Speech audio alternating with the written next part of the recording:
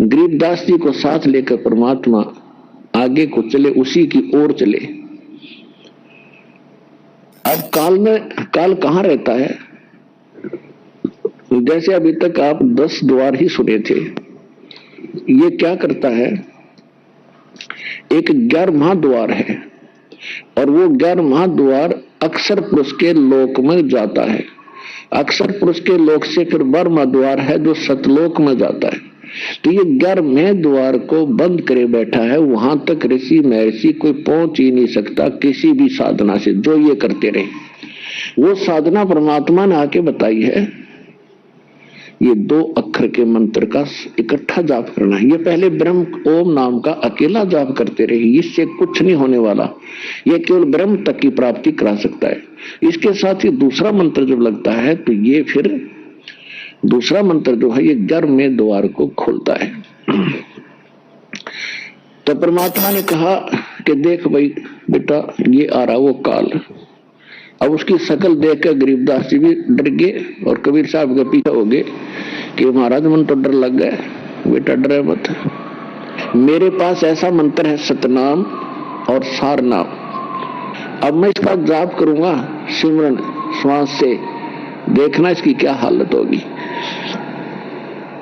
अपने आत्माओं इन कथाओं से परमात्मा हमें भी संकेत करते हैं, सतर्क करना चाहते हैं कि जब आपके ऊपर कभी कोई आपत्ति आवे किसी भी प्रकार की, आपको जो भी नाम इस दास से प्राप्त है, प्रथम मंत्र प्राप्त है, तो प्रथम मंत्र का जाप अवश्य कीजिए। सतनाम प्राप्त है तो सतनाम का जाप शुरू कर दीजिए, किसी प्रकार की भी है, आपको बड़ा सहारा मिलेगा।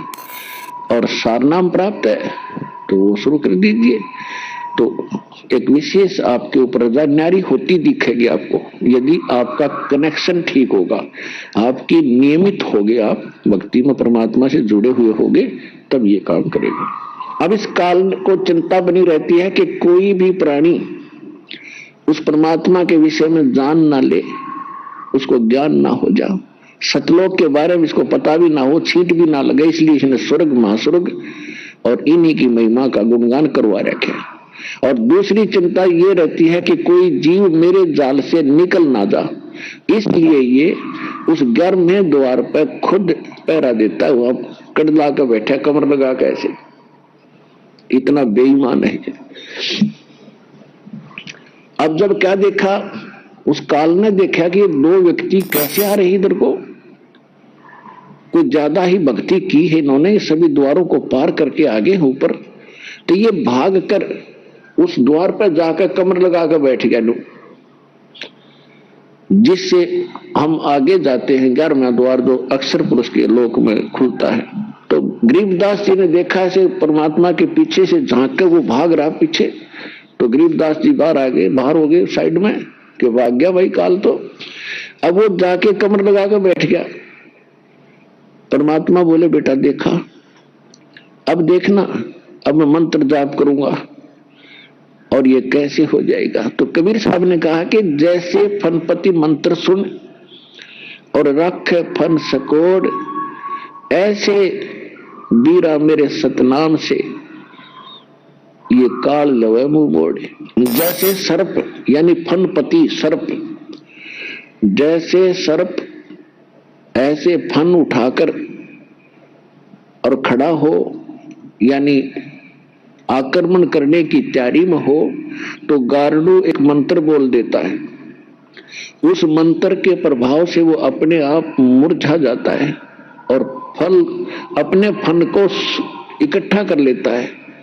वो उस पोजीशन में उस हिम्मत नहीं रहती उसकी कि वो उस फन को ऐसे फैलाए रखे, वो इकट्ठा हो जाता है, यानी निष्क्रिय हो जाता है। तो गरीबदास जी को दृढ़ कर रहे हैं क्योंकि उनको अपना चेला बनाना था और हमारे लिए उनको दृढ़ करना था, प्रैक्टिकल करवा के लाए उस बच्चे का। और जिसके कारण उस गरीबदास जी को ज्ञान प्राप्त हुआ, तो उसके कारण उनके दृढ़ता के कारण आज ये बाग लग गया भगवान का। तो उसको दृढ़ कर रहे थे कि ये पक्का गवाह बने मेरा, आंखों देख ले मेरी सामर्थ्य को, और जो मंत्र में रखता हूं उसकी करामात को, उसमें कितनी शक्ति है, कितनी ताकत है। जैसे फनपति मंत्र सुन और राखे फन सकोड़, लेवे फन सकोड़, ऐसे बीरा मेरे सतनाम से यू काल लवे मुंह बोड़। तो उसी समय परमात्मा ने सतनाम का जाप किया। जो ही परमात्मा ने सतनाम का जाप सिमरण किया, वो तो गरीबदास जी को दृढ़ कर रहे थे ना, परमात्मा को कोई जरूरत नहीं थी सिमरण करने की, वो तो वैसे ही उसके सामने टिक नहीं सकता था। लेकिन वो हमारे लिए एक एग्जाम्पल बता रहे थे। तो जो ही मालिक ने कहा कि देख मैं श्वास से सिमरण करता हूं बेटा सतनाम का, लेकिन तुझे फेर दूंगा, अभी नहीं दूंगा इसको, जब तू प्रथम मंत्र का जाप कर लेगा और तेरा पूरा विश्वास हो जाएगा फिर सतनाम दूंगा तुझे। तो जब सतनाम का जाप किया तो काल बैठा था, कमर लगाए, उस द्वार को बंद करे घर में द्वार को, उसका शीश ऐसे झुक गया। कबीर परमात्मा, और वो गेट आधे से ज्यादा खाली हो गया। कबीर परमात्मा बोले बेटा रख इसके सिर पे पैर और चल पर ले साइड में। गरीबदास जी कूद कर चढ़ गए तो उसके सिर पर परली साइड में जंप लगाएंगे। फिर परमात्मा उसके सिर पे पैर रख के प्रेर हट गए। वो फिर हट गया, चल बाकी कोई और ना निकल जा, दो तो गए सो गए। अब परमात्मा के और गरीबदास जी के अंदर जाते उसने फिर कट ला ली कमर, और फिर मैं देख लेता दूर तक कोई है नहीं आसपास, तब जाता वहां खाने के लिए, और एक नजर उसकी वही रहती है गेट के ऊपर। तो कहने का भाव ये है कि फिर अक्सर पुरुष के लोक में जो सात संग ब्रह्मांड का क्षेत्र है, जब परमात्मा वहां पहुंचे तो वहां जो अक्सर पुरुष है वो ऐसा निकम्मा नहीं है, वो प्रत्यक्ष रहता है। वहां भी जन्म मृत्यु है, पशु पक्षी हैं, लेकिन यहाँ के अतिरिक्त वहां कुछ अधिक सुविधा है। लेकिन जन्म मृत्यु कर्माधार से दुख और सुख वहां भी विद्यमान है, वो भी लोक अच्छा नहीं है, आयु भले ही वहां की ज्यादा है, उसका क्या फायदा।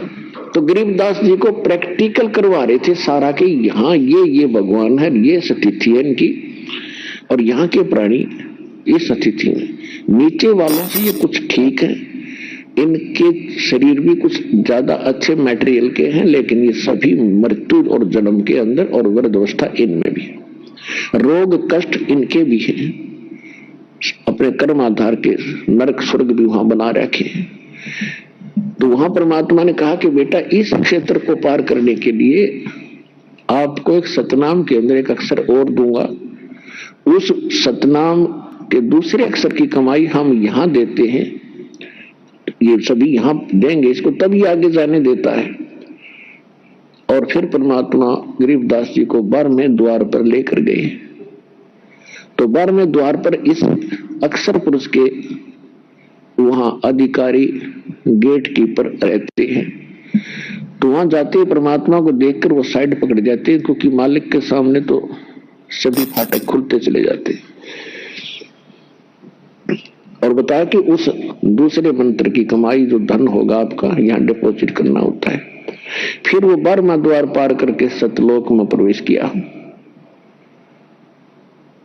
तो पुण्यात्माओं, ये जो सत्संग चल रहा है ये इस उपलक्ष्य में है, जो ये समागम चल रहा है कि इस दिन ज्येष्ठ फाल्गुन सुदी द्वादशी को परमात्मा सतलोक से चलकर आए थे, आदरणीय गरीबदास साहिब जी को मिले थे।